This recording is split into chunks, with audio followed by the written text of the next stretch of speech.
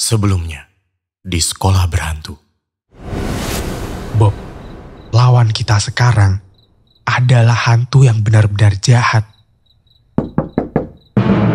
Bob, itu siapa?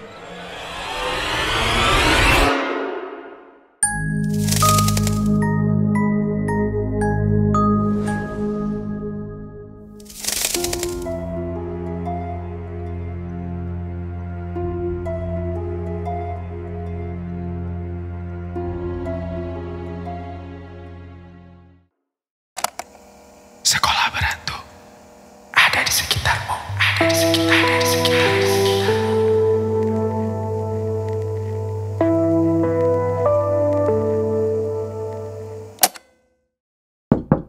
Bob, dia datang.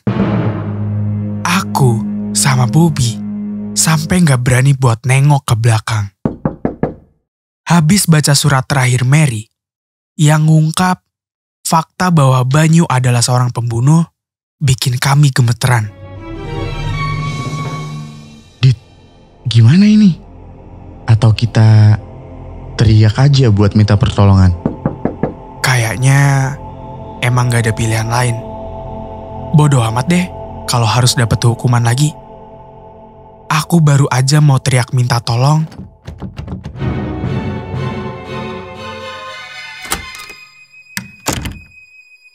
Kenapa kalian masih ada di sini? Itu kok suara Pak Untung? Dia mendekat dan duduk di salah satu kursi perpustakaan. Wajahnya masih murung.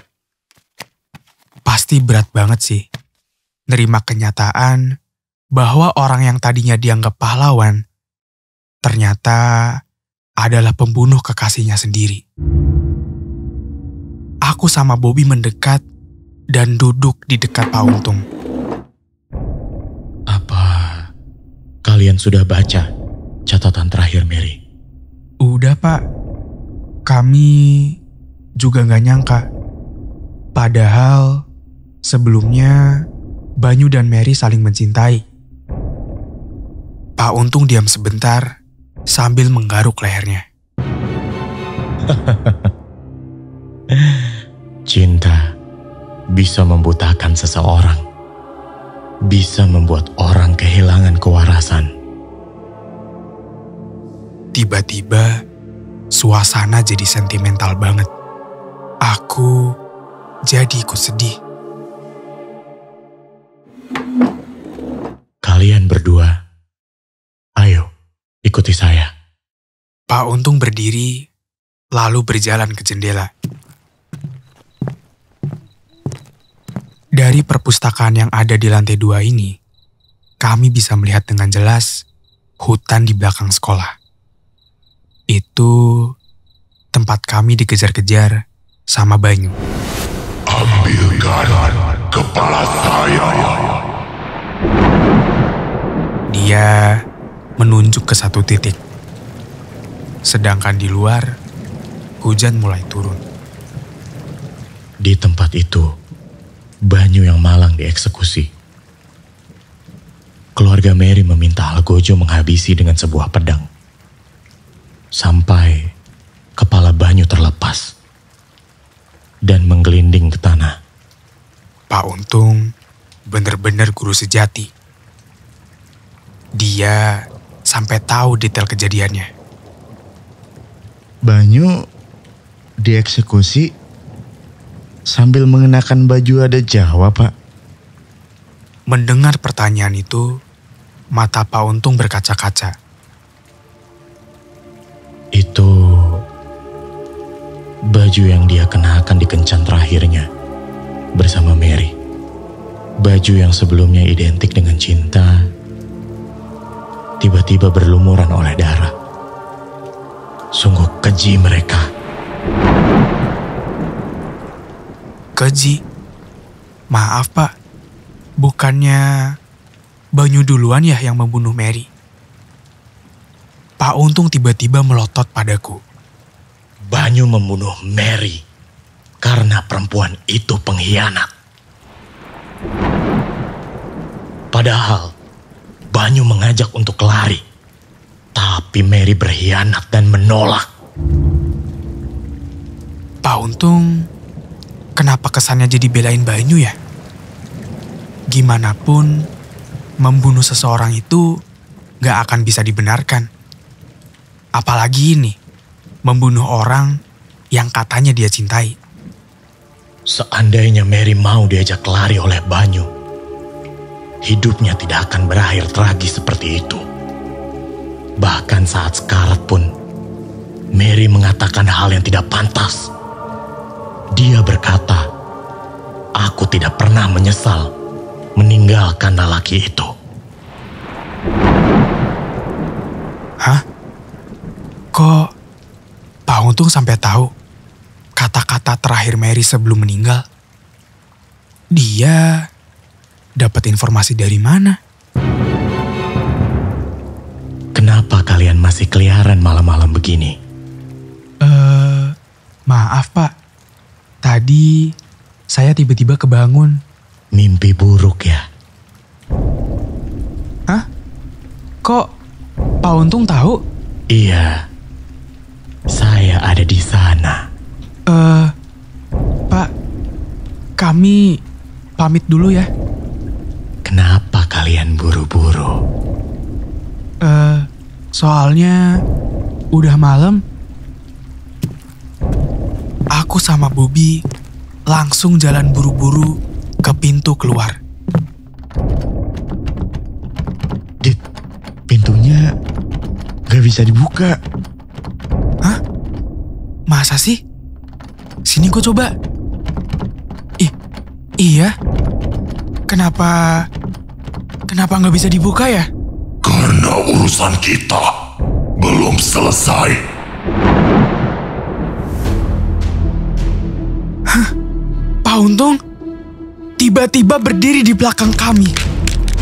Pas aku nengok, ternyata dia adalah Banyu.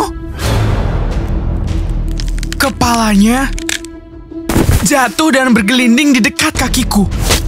Tolong! Tolong! Aku sama Bobby langsung lari menjauh. Aduh, aku menabrak meja dan sekarang jatuh ke lantai. Aduh, au. Pelan-pelan, aku mengikuti Bobby untuk sembunyi di balik meja. Hantu Banyu mendekat. Kalian sudah saya peringatkan. Aku harus ngapain?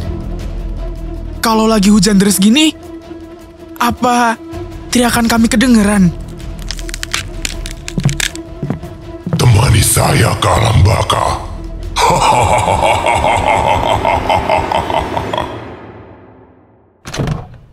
Hentikan! Jangan ganggu murid-murid saya. Hah? Itu Pak Untung. Pak Untung datang. Kami memberanikan diri keluar dari persembunyian. Sambil menenteng kepalanya di tangan kanan, hantu Banyu membalikan badan. Sekarang, Pak Untung dan Banyu berhadap-hadapan. Tempatmu bukan di sini. Tinggalkan kami sekarang juga. Ternyata, Pak Untung membawa pedang di tangannya. Dia mengacungkan pedang itu di hadapan Banyu. Aku jadi ingat, Pak Untung pernah cerita, arwah itu biasanya bakal takut dengan benda yang membuatnya trauma. Mary berhasil diusir dengan pisau karena dia mati ditusuk. Dan Banyu, dia bisa diusir dengan pedang. Tapi Pak Untung tiba-tiba terdorong ke belakang. Dan pedang di tangannya terlempar. Kenapa nggak mempan? Pak Untung tersudut dan sekarang Banyu mendekatinya. Banyu muncul dan meneror kami karena nggak mau orang-orang tahu bahwa dia membunuh Mary. Artinya dia takut sama... Aku langsung mengambil kertas berisi catatan terakhir Mary yang ada di kantongku. Lalu berdiri dan aku menghampiri Banyu. Banyu, sudah waktunya kamu pergi. Aku menunjukkan kertas catatan Mary di depan Banyu.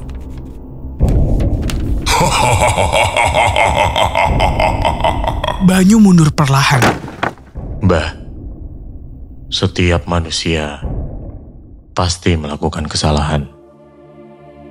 Kami, keturunan Mbah, akan bangga kalau Mbah mempertanggungjawabkan kesalahan Mbah di akhirat. Sudah saatnya Mbah pulang dengan tenang. Jangan ganggu lagi sekolah kami ya, Mbah. Banyu perlahan menghilang. Aku menghampiri Pak Untung dan membantunya untuk berdiri. Gak lama, security dan teman-teman asrama berdatangan menolong kami.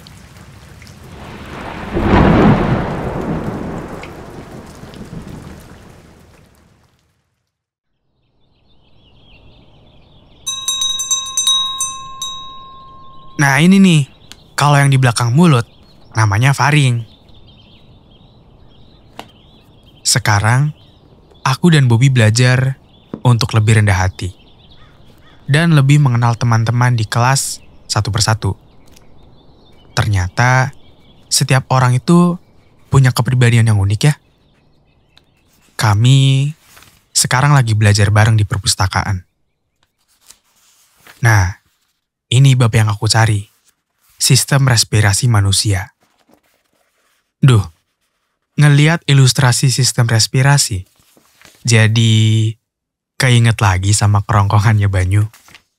Ih, aku lagi pelajarin halaman demi halaman. Terus, aku nemu sebuah foto. Dit, foto siapa tuh? Aku ambil foto yang terselip di buku biologi. Pas aku balik untuk lihat bagian depannya, ternyata itu foto Bobby. Bobby dan teman-teman langsung pada ketawa pas lihat ekspresi mukaku yang tegang. Hah, sialan. Aku dikerjain lagi. Karena kesel, aku remas foto Bobby yang sok ganteng itu. Niatnya mau buang aja ke tong sampah. Tapi pas aku lihat-lihat lagi, di belakangnya ada tulisan Liver Adit. Yang artinya yang terkasih Adit. Hah? Tadi perasaan belakangnya polos. Mary, kamu masih ada di sini?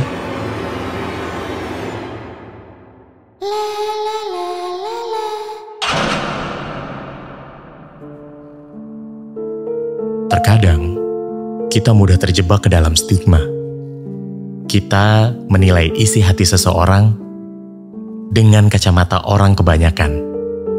Padahal, setiap manusia itu unik. Setiap orang punya kesempatan untuk jadi baik.